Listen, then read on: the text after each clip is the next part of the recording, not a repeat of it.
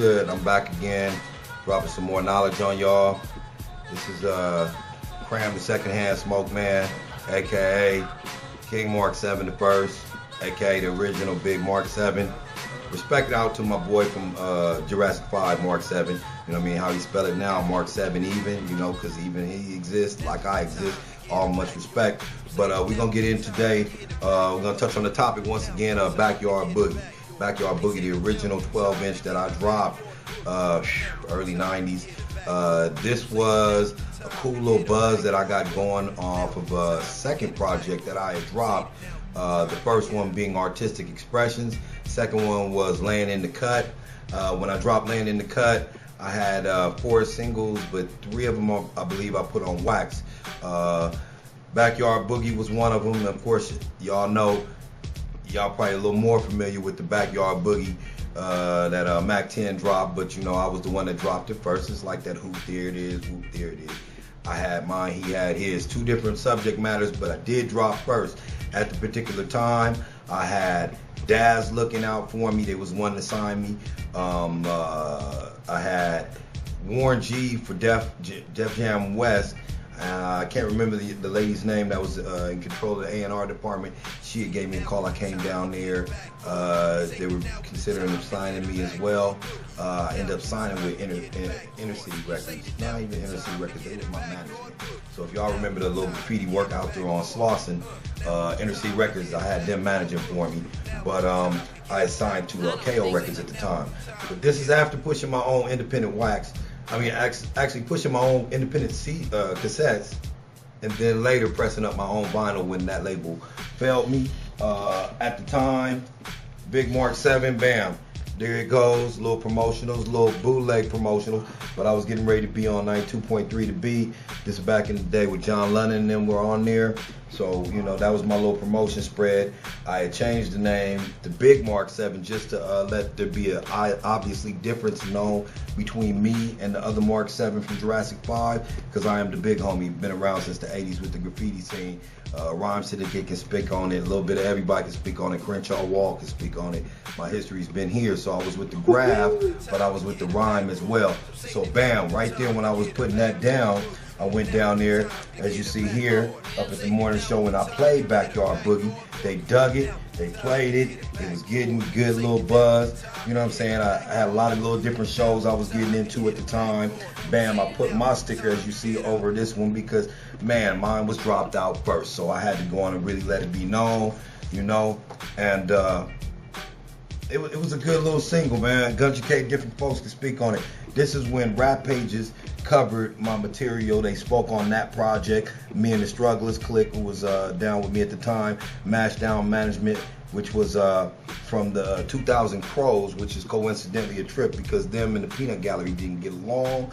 You know, there was 2 Wu-Tang like MC crews that was down for the Project Blow. I was the middle person that happened to be down with both sides without conflict, you know what I mean, because there was just a respect and reverence for some of my accomplishments. So much respect to the 2000 Crows and all the ones that existed, my man Profound, my man Sticky and them, you know what I mean. There's endless names, Kinky Red on the Peanut Gallery side. Going back, bam, as they said, MC8 and Outkast. That's, you know, people were saying that I sound like a little bit in between some of that, you know, maybe for the flow lyrics and shit. Click 88, for a lot of y'all that know Click the Super Latin, he produced the cut, Backyard Boogie for me, you know what I mean. I was also on his album, had a cool definite buzz in LA.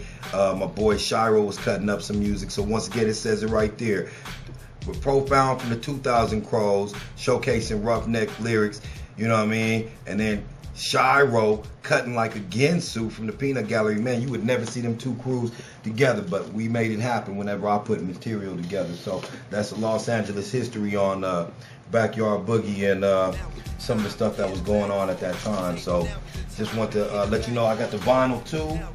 You know, that was actually the beginning of some major stuff, because when I pressed up the test pressing, okay, that's the original test pressing.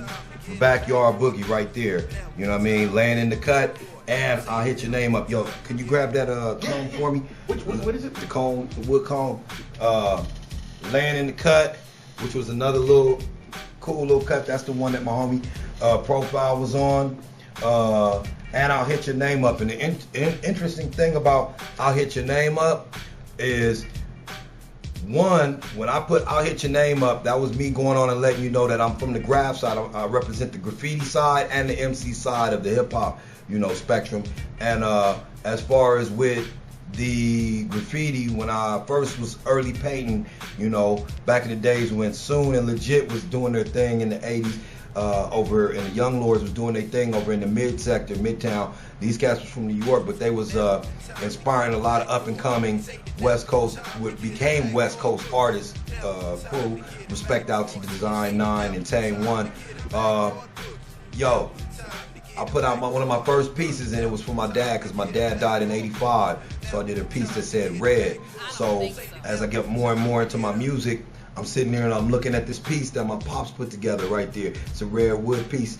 This one came from when he was in prison. He put this one together. It was another 2 pair that came along with it. One for my mom's and one for me as his young first boy. See, got the little Pisces carvings in there because that's what so Pops dope. was, you feel? Yeah. So I'm looking at this and I'm thinking, man, I gotta do something for my Pops. I already hit him on the wall, but you know what? I'm gonna hit his name up. I'm gonna speak on him on a song. So when I came up with the song, I'll Hit Your Name Up, he was the first verse that I spoke on. So that's real stuff. If you ever look it up, look up the music. If you got a way to link it to what we doing and what we talking about right now, get them is real words. Another interesting point about that song is it was on the Mike Tyson movie. That was an HBO movie.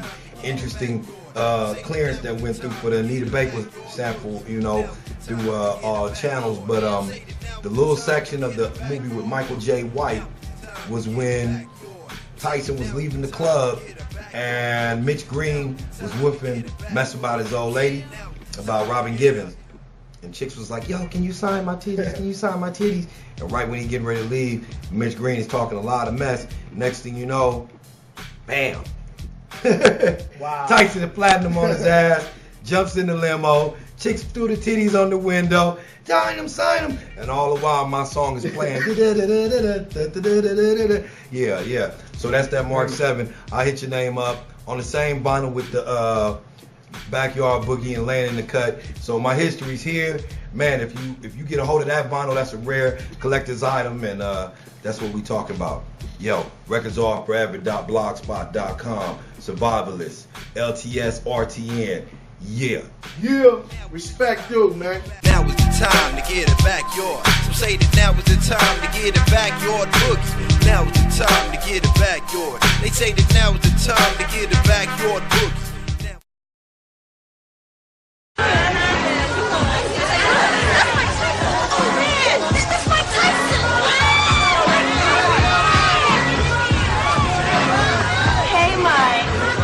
Up here in Harlem. I came down here to see how the black people living, you know what I'm saying? Well, I'm black myself, a lot of people don't know that. Like, baby, can I get your autograph? Yeah, baby. Sounding lovely. Hey, Mike. Look at you. Damn, baby, your man let you out. I tell you. Damn, you come with me tonight. There's that lispy motherfucker. Oh, what's it? Bitch Green. You ain't getting tired of being pussy whipped, motherfucker? Yeah. Your old lady's old lady? Double pussy whip. There you go. Now y'all some pitiful, po-ass motherfucker. What, you want me to whoop that ass again? Fuck that! You didn't beat me, motherfucker. Anybody seen the TV knows that. They know I knocked the Jerry curl juice out your head, motherfucker. Oh, I give you that, motherfucker. Tell me where Robin's at, huh? I'll tell you where she's at. She's at my house, butt naked, making grits. How you like it? Bent over backwards.